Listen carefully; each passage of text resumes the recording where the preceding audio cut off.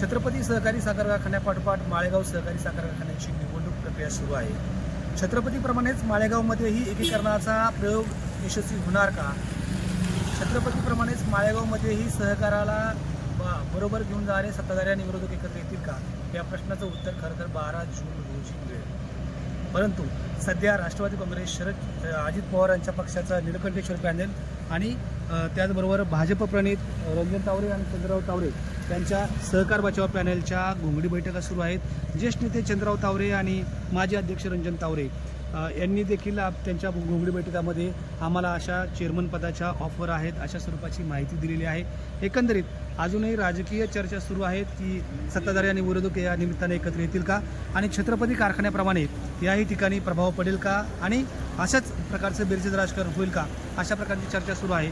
परंतु एकंदरीत उपमुख्यमंत्री अजित पवार यांनी स्वतःच ब वर्गातून या कारखान्यासाठी उमेदवारी अर्ज भरून सर्वांना धक्का दिलेला आहे। या व्यतिरिक्त अजित पवार यांनी आपल्याच संचालक मंडळाच्या काही चुकीच्या कामकाजावर देखील बोट ठेवत सभासदांकडून सहानुभूती घेण्याचा प्रयत्न केला आहे। त्याचबरोबर सभासदांना आश्वासन देण्याचा प्रयत्न केला आहे की माळेगावला पहिल्या 5 मध्ये नाही तर पहिल्या क्रमांकावर मला न्यायचं आहे आणि यासाठी आता पुन्हा एकदा नीलकंठेश्वर पॅनलला तुम्ही संधी द्या, असं आवाहन अजित पवारांनी केलं आहे। खरं तर काही दिवसांपूर्वी छत्रपती सहकारी साखर कारखान्याची निवडणूक झाली आणि या निवडणुकीमध्ये पहिल्यांदाच असं घडलं की थेट विरोधकांना बरोबर घेत कारखाना त्यांच्या ताब्यात देण्याचं राजकारणाच्या बेरजेतलं एक उत्तम उदाहरण उपमुख्यमंत्री अजित पवार यांनी दाखवून दिले। असं सांगितलं जातं की विधानसभा निवडणुकीपासून एक वेगळे अजित पवार राज्यातील राष्ट्रवादीच्या कार्यकर्त्यांसह इतरही पक्षातील कार्यकर्त्यांना पाहायला मिळत आहेत। राजकारण कसं करायचं यापेक्षा राजकारणात विरोधकांना कोंडीत पकडण्यापेक्षा विरोधकांना बरोबर घेऊन जर गोळाबेरीज आपण करू शकलो तर एक वेगळ्या राजकारणाचा पायंडा पाडता येऊ शकतो, असं उदाहरण अजित पवारांनी देण्याचा प्रयत्न केलेला आहे। ते यशस्वी छत्रपती कारखान्याच्या निवडणुकीत झालेलं पाहायला मिळालेलं आहे। ते माळेगावमध्ये पाहायला मिळेल का, अशी चर्चा या ठिकाणी आणि अशी उत्सुकता सभासदांमध्ये देखील आहे।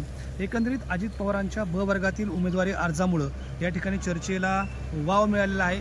परंतु खरोखरच हे विरोधक आणि सत्ताधारी एकत्र आले तर वेगळा इतिहास निर्माण होऊ शकतो का, अशी देखील चर्चा या निमित्तानं आहे। एकंदरीत आता 12 जूनपर्यंत हे सर्व गुलदस्त्यात राहणार आहे, परंतु चर्चा सुरू आहेत त्या एकत्रीकरणाच्या आणि अजित पवारांनी दाखल केलेल्या ब वर्गातील उमेदवारीच्या।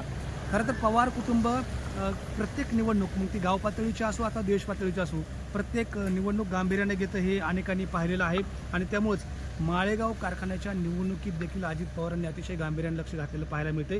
कारण गेल्या महिन्याभरामध्ये 5व्यांदा अजित पवार बारामतीत आलेले आहेत। आज देखील दिवसभर बारामतीत अजित पवार थांबणार आहेत आणि एकदम मायक्रो प्लॅनिंग या निमित्तानं सुरू आहे। गेल्या 5 पंचवार्षिक निवडणुकीच्या वेळी एक मुद्दा समोर आला होता माळेगाव सहकारी साखर कारखान्यावर। त्यावेळी माजी अध्यक्ष रंजन तावरे अध्यक्ष होते आणि चंद्रराव तावरे हे त्यांचे मार्गदर्शक म्हणून संचालक मंडळात होते आणि राष्ट्रवादी मात्र सत्तेत नव्हती। राष्ट्रवादी काँग्रेसला सत्तेत आणण्यासाठी अजित पवारांनी अतिशय गांभीर्याने निवडणूक त्याही वेळेस हातात घेतली होती आणि गांभीर्याने त्यात लक्ष घातलं होतं। आणि आणखी एक मुद्दा म्हणजे नेमकं निराडावा कालव्याचं पाणी त्या काळात कमी झालं होतं।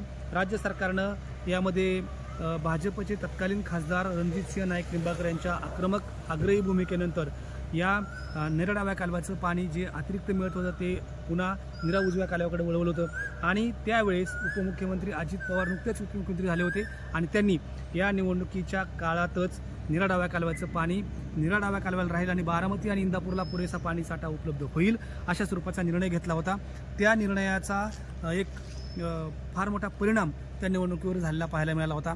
त्याचबरोबर अजित पवार यांनी माळेगाव आणि सोमेश्वर कारखान्याची तुलना करताना सोमेश्वर कारखाना आपण कशा पद्धतीने उभारीला आणला याची उदाहरण दिली होती आणि ते अपील सभासदांना पटलं होतं आणि त्यानंतर अजित पवार यांची सत्ता माळेगावमध्ये आलेली पाहायला मिळाली होती। आता पुन्हा एकदा ही सत्ता टिकवण्याचं आव्हान अजित पवारांसमोर आहे। तर सत्ता पुन्हा आणखी ताब्यात घेण्यासाठी माजी अध्यक्ष रंजन तावरे आणि ज्येष्ठ नेते चंद्रराव तावरे यांच्या नेतृत्वाखालचं सहकार बचाव पॅनल यासाठी काम करणार असं दिसतंय आणि एकंदरीत आपली सत्ता टिकवण्यासाठी नीलकंठेश्वर पॅनल जे की अजित पवारांच्या नेतृत्वाखाली आहे ते काम करणार। या निवडणुकीच्या प्रक्रियेमध्ये राष्ट्रवादी काँग्रेस शरदचंद्र पवार पक्षाचं बळीराजा सहकार बचाव पॅनल देखील आहे आणि त्याचबरोबर स्वाभिमानी शेतकरी संघटना आणि इतर सगळ्या संघटनांचं मिळून एक कष्टकरी शेतकऱ्यांचं एक पॅनल या ठिकाणी उभा करण्याचा प्रयत्न सुरू आहे। ते देखील यामध्ये आहे। 593 उमेदवारी अर्ज भरलेले आहेत। यातील किती उमेदवार अर्ज माघारी घेतात यावरती 12 जूनच्या नंतरचं लढतीचं चित्र स्पष्ट दिसेल. एकंदरीत जर राजकारणातील गोळाबेरीज झाली नाही आणि जी सध्या मनोमिलनाची प्रक्रिया करण्याचे प्रयत्न काही मध्यस्थांकडून सुरू आहेत ते जर फळाला आले नाहीत, यशस्वी झाले नाहीत, तर मात्र अजित पवारांच्या नीळकंठेश्वर पॅनल विरोधात चंद्रराव तावरे आणि रंजन तावरे यांच्या सहकार बचाव पॅनलची लढत थेट समोरासमोर होईल आणि ती चुरशीची होईल असं एक चित्र दिसतं आहे.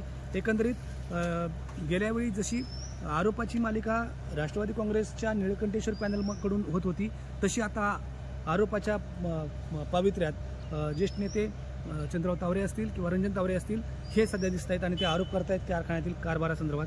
एकंदरीत दर 5 वर्षांनी हा जो बदल पाहायला मिळतोय तो सभासद कशा प्रकारे स्वीकारतात आणि सभासद कोणता निर्णय घेतात हे 22 जूनला दिसणार असलं तरी मधल्या काळातील या घडामोडींवरती सभासदांचे बारकाईने लक्ष आहे की खरोखरच सत्ताधाऱ्यांनी विरोधक एकत्र आले तर काही चांगलं घडेल की दोन्ही एकत्र नाही आले तर कशी चुरशीची लढत दिसेल अशा स्वरूपाचं चित्र सध्या गावागावात रंगवलं जाते, पारावरच्या गप्पांमध्ये रंगवलं जाते.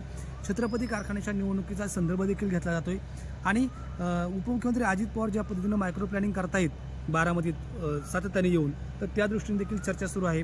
एकूणच या सगळ्या घडामोडींचा परिणाम 12 जून रोजी दिसेल. तोपर्यंत सभासदांची एक जी भूमिका आहे ते सभासद व्यक्त करताना दिसत आहेत की कोणाच्या हातात कारखाना द्यावा आणि त्या दृष्टीनं परिसरातील चर्चेवरती आणि परिसरातील दबावगटांच्या एकंदर प्रतिक्रियावरती दोन्ही पॅनलचे नेते आपापल्या भूमिका ठरवताना दिसत आहेत. येत्या 12 जून रोजी हे चित्र स्पष्ट होईल आणि त्यामुळंच हे चित्र स्पष्ट करताना यंदा माळेगाव कोणाच्या ताब्यात द्यायचा हे सभासद ठरवतील आणि यावेळी माळेगाववरती सत्ता कोणाची हे देखील चित्र स्पष्ट होईल ते 22 जून नंतर.